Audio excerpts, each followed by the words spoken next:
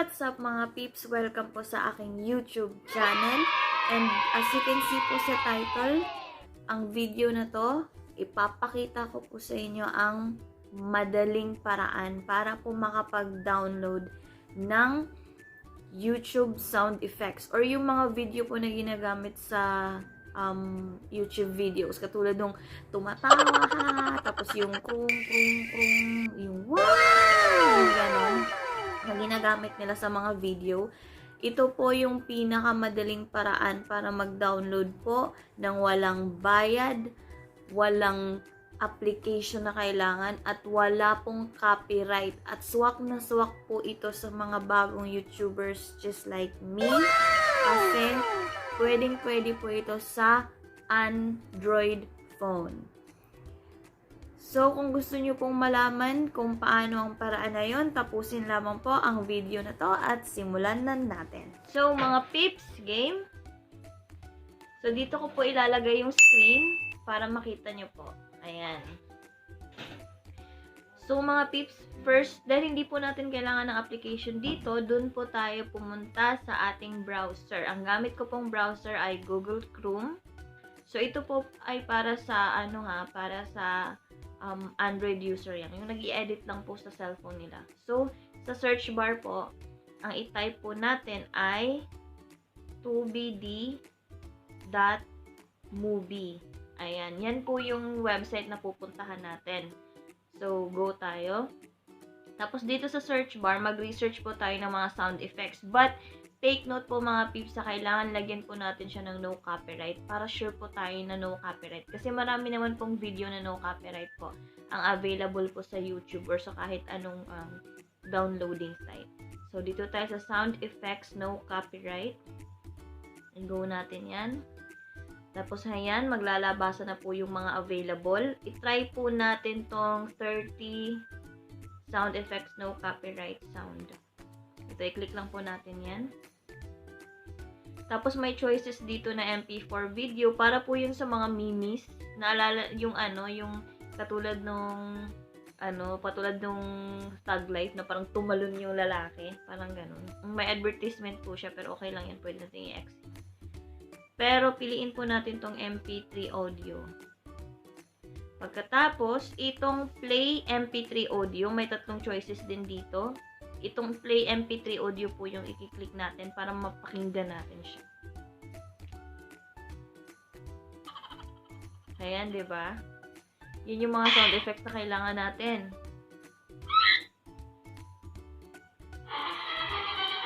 Yan. So, okay na yan. Yan yung ida-download natin. So, i-click lang natin tong back. So, i-back lang natin siya. Tapos, dito tayo sa download MP3 audio. Sobrang bilis nito. Tignan nyo sa baba. Diba? Bilis na yan. Download na siya. Tapos, i-back natin. Tapos, hanapin natin ang ating files kung saan siya na-download. Nandito na yun sa device, guys. I mean, nandito na yun sa device. Hindi ko alam kung nasan yung music dito.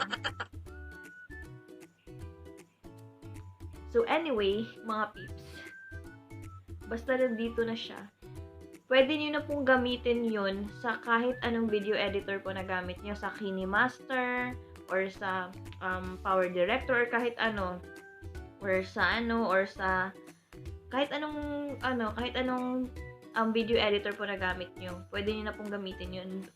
But, kung gusto nyo naman pong mag-cut lang ng mga sounds, may recommend po ako sa inyong music editor. Dito po natin ilalagay yung logo niya. Ayan. Bubuksan din natin siya dito, guys. Yung mga peeps. Bubuksan natin siya dito. So, ito yung music editor na sinasabi ko. Free din po to. May premium siya, although may premium po siya, pero pwede pong libre. Ayan. Ito po yung niya. Ito po yung first page niya. So, pumunta lang tayo sa cutter. Ipapakita ko lang po to. Sobrang madali lang po nito. Tapos, sa gallery, puntahan natin yung dinownload natin. So, ayan. Ito po siya. 30 sounds effect copyright. Ayan. So, ito yung magiging, magiging area niya. Pagkatapos, if ever kung ano yung gusto nyong i-cut dito, like for example, itong part na to, igaganyan mo lang yan, i-move mo lang to, yung magkabilaan. Tapos, ipi-play mo, just for example, ito. Yan. So, ipi-play mo lang yan, tapos, ika-cut mo yan, itong check sa ibabaw. Tapos, i-rename mo. Diba, krung, pwede mo, let's say, krung, yung gagamitin natin. Tapos, okay. Tapos, naka-save na po yun. Pagpunta nyo po dito sa folder po sa gilid, makikita nyo na may advertisement siya. Ayan. Makikita nyo na naka-save po siya, yung krung.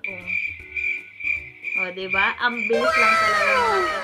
Sobrang laking pakinabang nito, lalo na sa mga nagsisimula pa lang, diba?